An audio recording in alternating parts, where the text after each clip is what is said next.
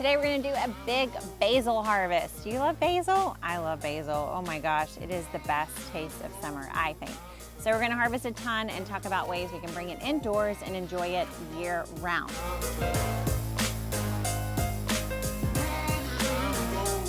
Welcome back to Gardenary. Gardening plus ordinary equals gardenary. We're here to make gardening an ordinary part of your life. Sound good? I think so. So subscribe to the Gardenary channel and hang out and check in often because we have new videos dropping all the time to keep you inspired in the garden. Today we are going to harvest this basil that's been growing all season long. It's been in the garden for about 2 months and I've done tons of harvests already, but basil is cut and come again, which means you can cut and come again. So let's start harvesting.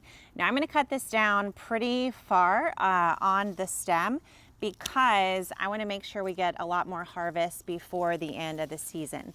So you don't want to cut your basil too deep, like all the way down to the soil level. I don't do that. I always leave some green so the plant will keep producing, but I am just literally cutting down to a leaf node on each and every plant. So I'll go down right to where the leaf nodes are separating and cut. I'm using needle nose pruners and I'm cutting in the morning. That's generally the best time to harvest from really most of your kitchen garden plants, but definitely from your leafy ones. This is going to be a time when they're going to have more water in their leaves. They're going to be sweeter and you're going to be able to preserve them easier. So you can see this is one that I harvested before and pruned off.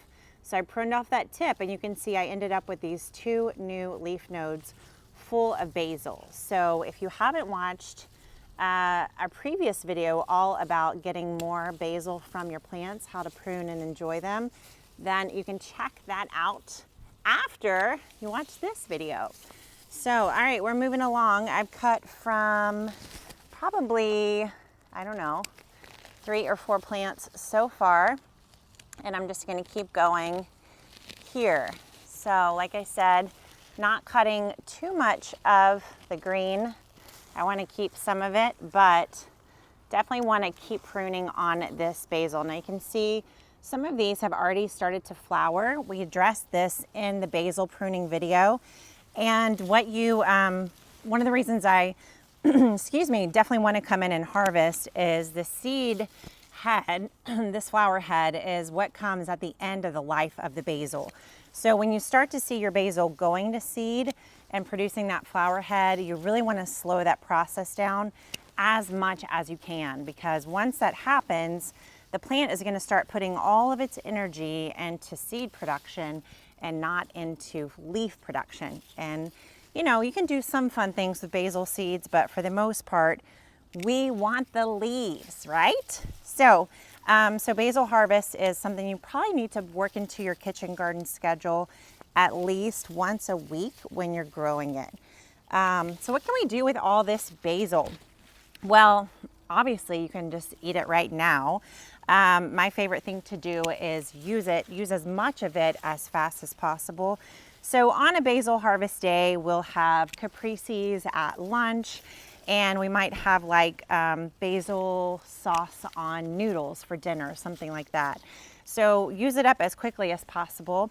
I also have a great herb flatbread recipe that we use a lot with my family. I'll put a link to that blog post here at the bottom of this video. So all kinds of ways you can cook with it and use it right away.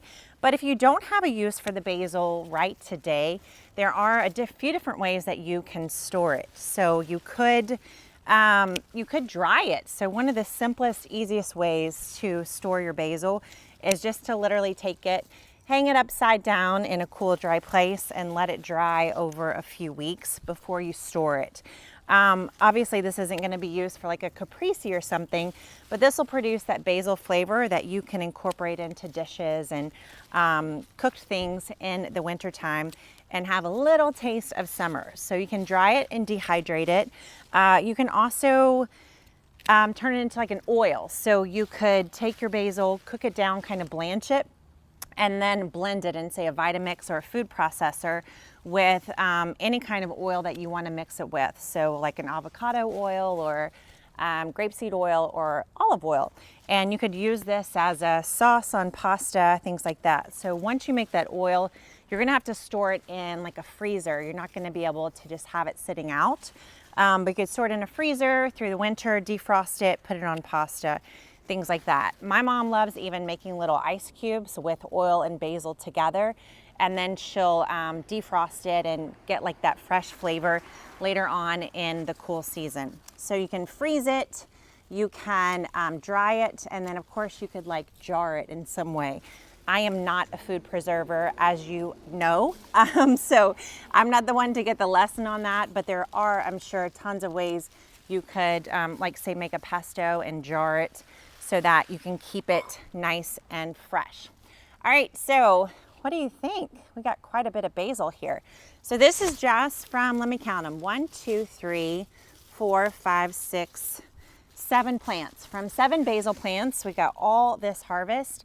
And gosh, I'm gonna be eating basil all week long, don't you guys think? Make sure that you harvest from your basil plants quite often. Don't let them just sit there, and definitely don't let them go to flower until you know it's the end of the season.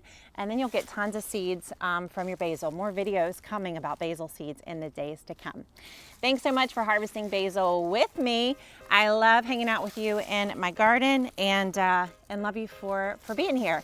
So don't forget about the Green Thumb quiz. You can take it at gardenary.com/quiz. And if you want help with a Gardenary certified garden coach, you got to go get some garden coaching at gardenary.com/coaches. We have garden coaches all over North America who will help you set up your own kitchen garden right away. Thanks so much for harvesting basil and hanging out with me. I'll see you next time.